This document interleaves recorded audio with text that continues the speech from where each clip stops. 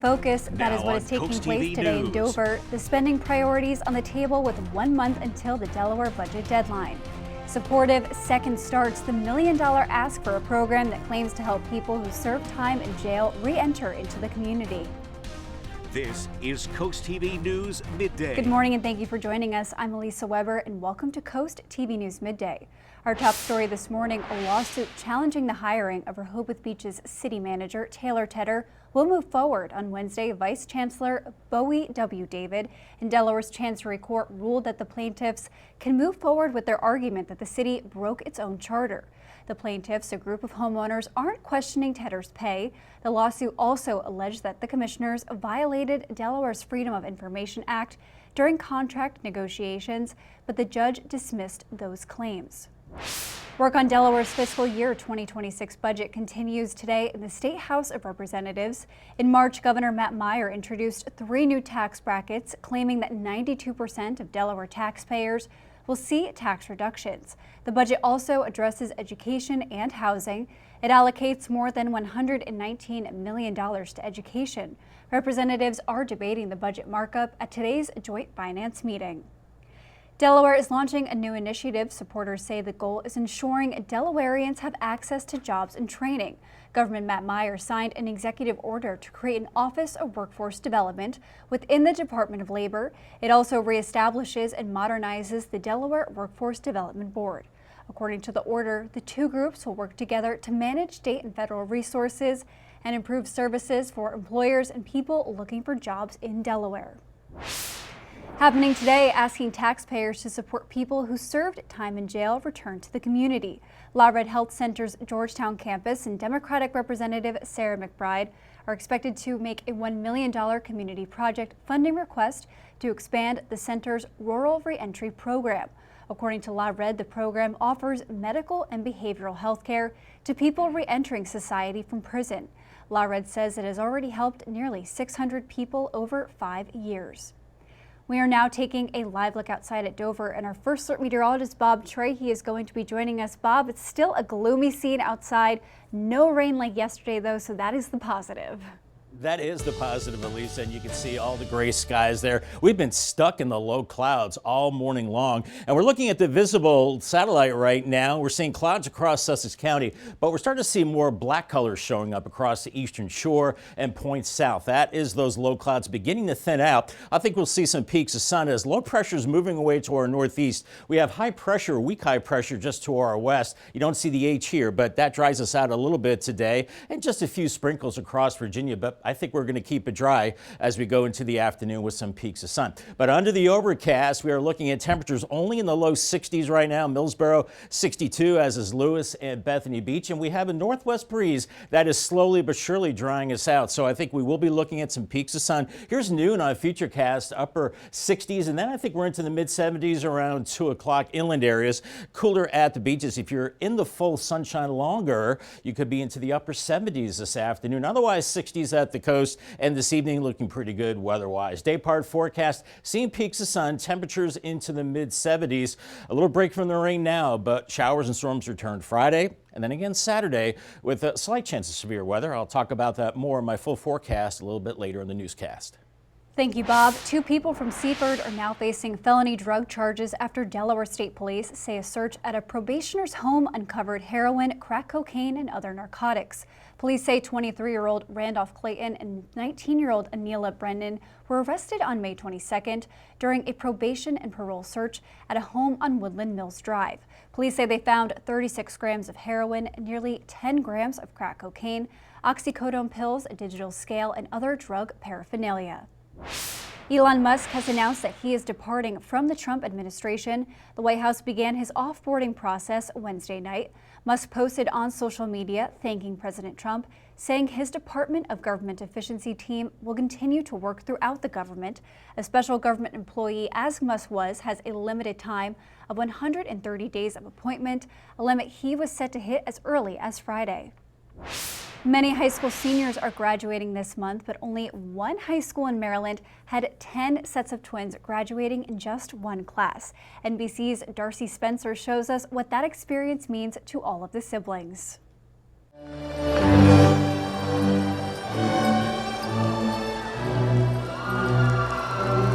The Eleanor Roosevelt High School graduation at the Xfinity Center in College Park was much like many graduations you've attended. The music, the caps and gowns, proud families and students. But at this graduation, you might have thought you were seeing double at times. Take a look. All of these students are twins, 10 sets of them, all celebrating their graduation together. I'm glad that we're going to the same school and we get to experience this together because not many people get the chance to. It made the whole year special, my whole life special. It was a lot of fun growing up together and, helping each other with homework and helping each other study for tests. There are some identical twins like brothers Jin Shang and Jin Hao. Just astonishing. We're also first-generation students, so it's also a huge milestone for the both of us. But many are fraternal, some brother and sister, and they didn't even know there were so many twins in the same graduating class, which is about 600 students. Definitely not. I was taking a moment to look out and see all the twins. I feel like when you're a twin, you think you're the only one, and then you put all of us together and you realize you're not. And once school leaders realized there would be 10 sets of twins walking across the stage, they decided to make it extra special, calling on them to stand during the graduation ceremony. Several told News 4 they're going to different universities and acknowledge it's going to be a big adjustment without their twin. It's a special bond. They're going to stay connected, and 100% we're going to see each other in breaks. They told us it's been special growing up with a twin by their side and celebrating this accomplishment together. I'm proud of him. He's one of those people that does everything last minute, and he got it together today, and I'm proud of him. And accepting their diplomas on the same day was a perfect ending to their high school years. Coping by climbing will show you how rock wall climbing like this is helping deal with the Parkinson's diagnosis.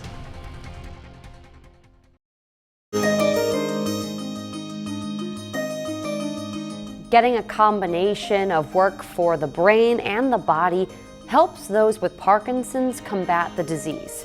In this week's Coastal Connections, Matt Pensick introduces us to a group that is using indoor rock climbing to do just that. One hand, 1 foot at a time. There are even setbacks. All part of the Parkinson's Council rock wall climbing session at Rise Fitness in Rehoboth Beach. It's a good mind-body exercise. You have to actually have that brain-body connection, which is making them work, which is bringing on dopamine, which is the one thing they lack, having Parkinson's. So they're able to at least give themselves, which is a good benefit to their disease that they have. The participants have varying degrees of rock climbing skills, but similar reactions after each attempt.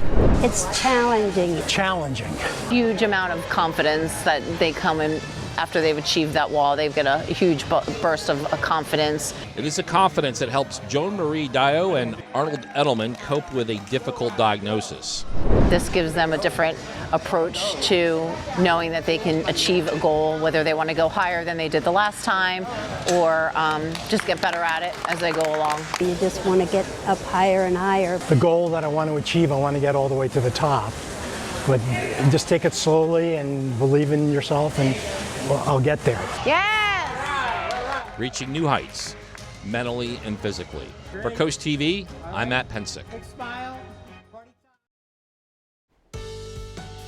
Well, we got rid of that rain and wind that we had yesterday, but now we're left with the clouds, and I think we're seeing a little bit of sunshine now in Salisbury on the Spicer Brothers camp. 65 there. I am seeing some shadows from the sun, so looks like the sun is finally burning through the low clouds. And into this afternoon with the sunshine, I think we will warm into the mid to maybe upper 70s. Here's a storyline for today. It is mild. The sun is returning a little bit slowly as we go into the afternoon, and milder 70s, mid to upper 70s in full sunshine. And then Friday and Saturday, the rain comes back, gusty winds, and maybe some gusty thunderstorms too, maybe some damaging winds as we're watching this system moving up from the southwest, and that will increase the rain through the overnight tonight and then on and off Friday into Saturday with highs in the 70s. We're going to see a cold front pushing through on Saturday, so the activity on Saturday might actually be a little stronger than Friday. Out the door right now, we're looking at low 60s, 63 in Willard, Redden 62, Georgetown Youngstown 62, and lower 60s from Ocean City up to Rehoboth. As we do have a light northwesterly breeze right now, that is bringing in slightly drier air, but the visible satellite picture still showing a lot of clouds across Delmarva. You see some black areas, that is indicating a thinning of the overcast, so I think we are going to see some peaks of sun as we go into the afternoon. As low pressure is moving away, maybe a few sprinkles around Virginia right now. Otherwise, I think we're going to keep it dry into the afternoon. In the meantime, we are seeing some showers across the Midwest and then the deep south. We're going to see a frontal boundary pretty much draped over us, and that will act as a track for rain building in as we go through the next couple of days. Futurecast at noon has us in the 60s and low 70s. By 2 o'clock, still some clouds, but also some sun with temperatures into the mid 70s inland, 60s and 70s at the coast. And some areas that are in the full sunshine, you will see mid to upper 70s as we go into the afternoon hours with low to mid 60s at the beaches. And then for this evening, not too bad. We'll see clouds and also some blue skies and temperatures into the 70s. Overnight, we see mainly cloudy skies, and I think by around 2-3 a.m. we could see a round of showers and maybe some thunderstorms as well. Not thinking that they're going to be severe. We do get a break as we go into Friday with some sunshine. Temperatures warming through the 70s to around 80 in Seaford, 81 in Millsboro, 80 in Delmar. We're going to see more showers flaring up, especially into the evening hours, and some of those will contain gusty winds and also maybe some damaging winds, so beware of that, and also some heavy rain as we go into Friday evening. And then we go through Friday night into Saturday morning, still a lingering shower. We get a break as we go into Saturday, and then in the afternoon, here comes another round of showers and storms. This one could be a little more potent, packing more of a punch with wind. And then finally, we'll get rid of that severe weather or strong storms into Saturday evening. A marginal chance of severe weather on Friday for us, mainly damaging winds. And it looks like the threat on Saturday, that'll be damaging winds too as we go into Saturday evening. And there's the front right there moving through Saturday evening. Otherwise, we're going to dry it out as we go into your Sunday. And we're looking at rainfall amounts maybe up to about, we'll say, 1/4 to 1/2 inch with this system as we go into Friday, and then into the weekend, a grand total of maybe up to an inch. We're looking at 76 in Seaford and Millsboro today, 70 in Rehoboth, a mix of sun and clouds, and then mid 70s from Cambridge to Federalsburg, and then into Salisbury today, 76, the same for Pocomoke City and Berlin at 76. Paul Davis 7-day forecast, upper 70s today, mostly cloudy skies, and then showers and storms into Friday morning and then again into the afternoon. Maybe some damaging winds, 78, 73 on Saturday, and then we're looking at drying conditions on Sunday, mostly sunny, 72, warming up into next week, beginning in the mid 70s Monday, then by Wednesday, partly cloudy and 82 degrees. Thank you, Bob. Coming up tonight on DSN at 7:30, it's another episode of Into the Trenches. Then at 8 o'clock, it's the 2024 bathtub races. At 10 o'clock, you can catch that same Into the Trenches episode, and then it's the final score at 10:30. And here's what you can expect this afternoon on Coast Life at 4.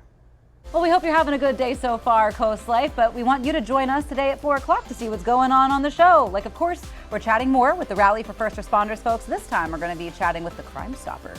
Love that. Plus, we're going to be spilling the tea. And does social media make anything better? Certainly makes relationships more complicated. You're going to want to hear this one because you might have a feeling. And I know you're going to want to spend all summer long out on that beautiful new deck. And we've got the people that are going to build it for you. All that fun and more is coming up today at 4 on Coast Life. We'll see you then. 2 people from Bridgeville are now facing charges after Delaware State Police say they were arrested in connection to a Seaford home burglary. State Police confirm over $12,000 worth of items were taken. Troopers say they responded to German Road on May 23rd after a report of a break-in. According to State Police, a 33-year-old Robert Layton and 31-year-old Jasmine Rocos forced entry into an unoccupied home, stole electronics, power tools, fishing rods, and more. State Police say the 2 now face several felony charges. Today is the finals for the 97th Scripps National Spelling Bee taking place in Maryland. More than 240 spellers aged 14 and under are competing, and the youngest is one 8-year-old, and the winner will receive $50,000. Coming up, World welcomes new ospreys, the newest additions to the DuPont Nature Preserve. Exciting news from the DuPont Nature Center. 2 new osprey chicks have officially hatched. This is video of them right here on your screen. The center says the first chick cracked through its shell on the night of May 18th, followed closely by its sibling the next day. In just a few weeks, these young birds will reach nearly 75% of their adult size. Rite Aid has announced it would close more than 300 stores. This is on top of the more than 100 stores the company announced it intended to close when it filed for Chapter 11 bankruptcy earlier this month. The drugstore has about 1,200 operating stores, which is about to be half of what it had 2 years ago. We're still seeing a lot of clouds out there right now in the FH Fur Camp. 64 cloudy in Cambridge, and then possibly warming into the 70s if we do see enough sunshine this afternoon. It dries out today, but the rain and storms are back Friday and Saturday. Some of those could be possibly strong to severe. Congratulations to Jim Schultz from Berlin. He is the proud owner of a new umbrella from Coast TV and Paul Davis. I'll have much more on your weekend forecast and beyond in the 10-day forecast after the break. The sunglasses handy this afternoon. I think we will see some peaks of sun. Otherwise, lots of low sunshine. I think we will warm into the mid-70s. Remember, call the Coast TV First Alert weather phone for your latest forecast. Sponsored by Brock Stedman and Dallas Federico. Your Paul Davis 10-day forecast. Showers and storms overnight into Friday morning. I think we get a break Friday, 78, and then more storms into the evening hours. The same goes for Saturday. Maybe damaging winds with those storms. Dries out Sunday, and then a big warm up into next week. We're in the low 80s by Wednesday, mid-80s Thursday and Friday. Maybe some rain chances by Friday, and next weekend, hopefully feeling like summer. Thank you, Bob, and thank you for joining us here for Coast TV News Midday. And for more news and local weather, download our Coast TV News app. Don't forget to join us for Coast TV News at 5 later this afternoon. Have a great day.